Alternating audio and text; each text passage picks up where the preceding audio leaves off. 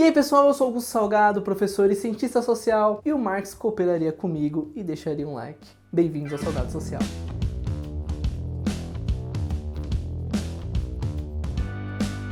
Continuando a série do Capital, quem não viu os outros vídeos vai lá ver. Estamos no capítulo 11, cooperação. Inclusive já coopera comigo, deixa seu like, se inscreve no canal, ativa o sininho, considere apoiar o canal. A gente tem a loja de livros, o grupo interno de sociologia, o Apoia-se. Sério, considera dar uma ajuda, porque olha a odisseia que a gente tá fazendo aqui. E você ainda ajuda a alimentar esse gatinho lindo, ele e o irmão dele que tá escondido porque tá frio. Deixa seu like, se inscreve no canal, considera outras formas de apoio. Olha essa coisinha linda. Antes de começar, queria fazer uma menção honrosa ao fato de que o Marx, na página 398, se refere ao Edmund Burke como o célebre sofista e psicofanta. Adorei e quis farmar a treta. Bom, vamos a dois trechos. A atividade de um número maior de trabalhadores ao mesmo tempo e no mesmo lugar, ou se preferir, no mesmo campo de trabalho, para a produção do mesmo tipo de mercadoria sob o comando do mesmo capitalista, tal é histórica e conceitualmente o ponto de partida da produção capitalista. E a forma de trabalho dentro da qual muitos indivíduos trabalham de modo planejado, uns ao lado dos outros e em conjunto, no mesmo processo de produção ou em processos de produção diferentes, porém conexos, chama-se cooperação. O Marx vai começar a analisar os efeitos da cooperação na produção de valor. O argumento dele é que, ao cooperar, o mesmo número de indivíduos produz mais do que se trabalhassem separados. E isso é muito interessante, pois trabalho produz valor, e valor é tempo de trabalho humano abstrato socialmente necessário. Então, se temos um trabalhador médio trabalhando por 1 hora, o fruto do seu trabalho teria 1 hora de valor. Mas se temos 100 trabalhadores cooperando, o fruto desse trabalho é maior do que as 100 horas isoladas que cada um despendeu. Mas já sabemos que a produção de valor abstrato leva em consideração os meios de produção médios, e a força de trabalho compõe o meio de produção. Ela é o seu combustível. Então, se a cooperação passa a ser a técnica mais usada, então ela também será considerada no cálculo do trabalho abstrato. Ou seja, para ser competitivo no mercado capitalista, não apenas é necessário as ferramentas e as fábricas, que nós já vimos ser chamado de capital constante, é também preciso ser capaz de dispor de uma grande quantidade de mão de obra, o capital variável, e colocá-las para cooperar. É mais um obstáculo para o trabalhador isolado ir ao mercado capitalista e vender outra coisa além da sua própria força de trabalho. Não apenas os capitalistas dispõem de ferramentas melhores, como também conseguem produzir mais valor por meio da cooperação de vários assalariados. E quanto mais capital for possível dispor, menos se irá gastar com capital constante e com capital variável. Uma fábrica para 200 pessoas é mais barata que 20 fábricas para 10 pessoas. E o grande capitalista novamente ganha na concorrência por reproduzir melhor o capital, gastando menos. Aqui não se trata somente do aumento da força produtiva individual por meio da cooperação, mas da criação de uma força produtiva que tem de ser por si mesma uma força de massas. Cooperar não é juntar um monte de trabalhador e cada um faz o seu. É quando seus trabalhos se somam e criam uma força produtiva que seria impossível se não fosse feita por essa cooperação. Dessa forma, o Marx diferencia coordenação de trabalho de cooperação. Coordenação é quando, usando o exemplo do Marx, tá? Por exemplo, é feita uma construção simultaneamente por vários trabalhadores, cada qual faz tarefas semelhantes, tipo 5 pedreiros, cada um levantando uma parede, e isso faz com que a tarefa seja executada de forma mais rápida do que seria se fosse feita por um único trabalhador, considerando que essa casa ia demorar 1000 horas para ser construída. Um trabalhador em jornadas de 10 horas conseguiria construí-la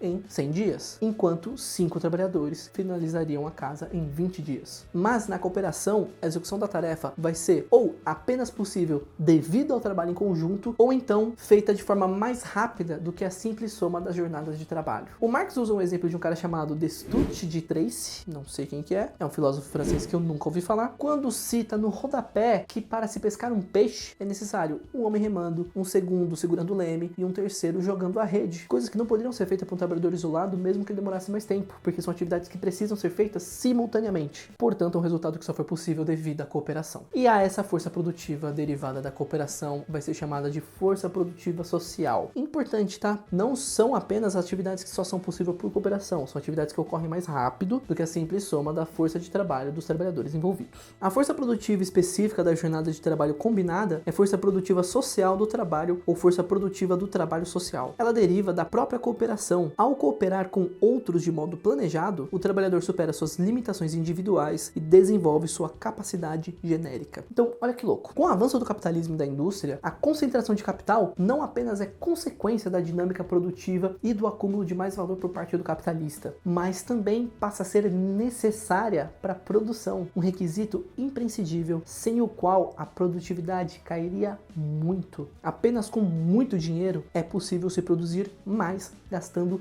menos recursos. E além disso, certas atividades somente são possíveis com a mobilização de grandes quantidades de capital. O comando do capital sobre o trabalho parecia inicialmente ser apenas uma decorrência formal do fato do trabalhador trabalhar não para si, mas para o capitalista e, portanto, sob o capitalista. Com a cooperação de muitos trabalhadores assalariados, o comando do capital se converte num requisito para a consecução do próprio processo de trabalho, numa verdadeira condição da produção. E eu imagino que daqui foi retirado alguns dos argumentos dos grupos que eram contra o estabelecimento de uma experiência socialista na Rússia depois da Revolução de 1917, porque ainda não havia ocorrido uma expansão da indústria no país, e para isso seria necessário garantir a expansão da burguesia nacional. Esse era o argumento de uma parcela da galera. A resposta dos soviéticos foi colocar o Estado como esse grande detentor de capital. Enfim, tô saindo da obra, vamos continuar no Marx. Há aqui também um elemento de luta de classes que o nosso camarada Karl Marx vai apontar. O capitalista busca essa cooperação para intensificar a autovalorização do capital, ou seja, produzir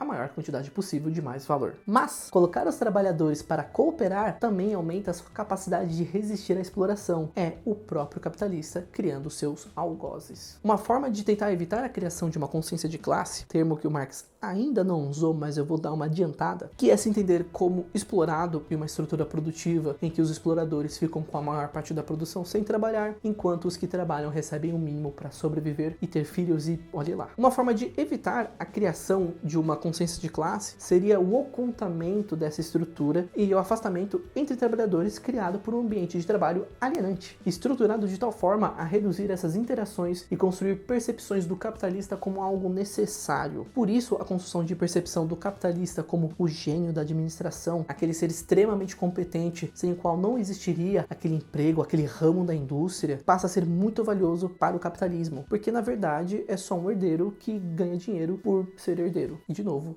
sem trabalhar. Mas enfim, eu vou deixar para aprofundar esse aspecto quando o Marx chegar aqui. O Marx então coloca que a força produtiva social, essa que deriva da cooperação, cria uma ilusão de existir apenas devido ao capital, parecendo, portanto, ser natural e pertencer a ele. O Marx não vai desvendar esse enigma ainda, apenas vai apontar a essa aparência de naturalidade, dando a entender que parece, mas não é, como o Marx costuma fazer bastante, né? Mas eu aposto que ele vai colocar mais para frente que existe uma alternativa, que seria o Estado controlado pelos trabalhadores. Mas, de novo, vamos deixar isso para quando o Marx chegar aqui. Mas é interessante que o Marx coloca o seguinte: o modo de produção capitalista se apresenta, por um lado, como uma necessidade histórica para a transformação do processo de trabalho num processo social. De novo, o Marx coloca o capitalismo como uma etapa fundamental do desenvolvimento produtivo humano. O Lenin, uns 50 anos depois, vai defender que não é bem assim. Enfim, não estamos no Lenin, estamos aqui para estudar o Marx. Com isso, encerramos o capítulo 11. Deixe seu like, se inscreva no canal, considere apoiar o projeto. Temos nossa lojinha de livro, temos o Apoia-se, temos o Pix, temos o nosso grupo interno de estudos de sociologia, que não estamos mais com vagas, mas assim que abrir eu aviso vocês. Link aqui embaixo. Dúvidas e correções, deixem nos comentários. Estou querendo mesmo me aprofundar na obra, então me ajuda muito. E galera,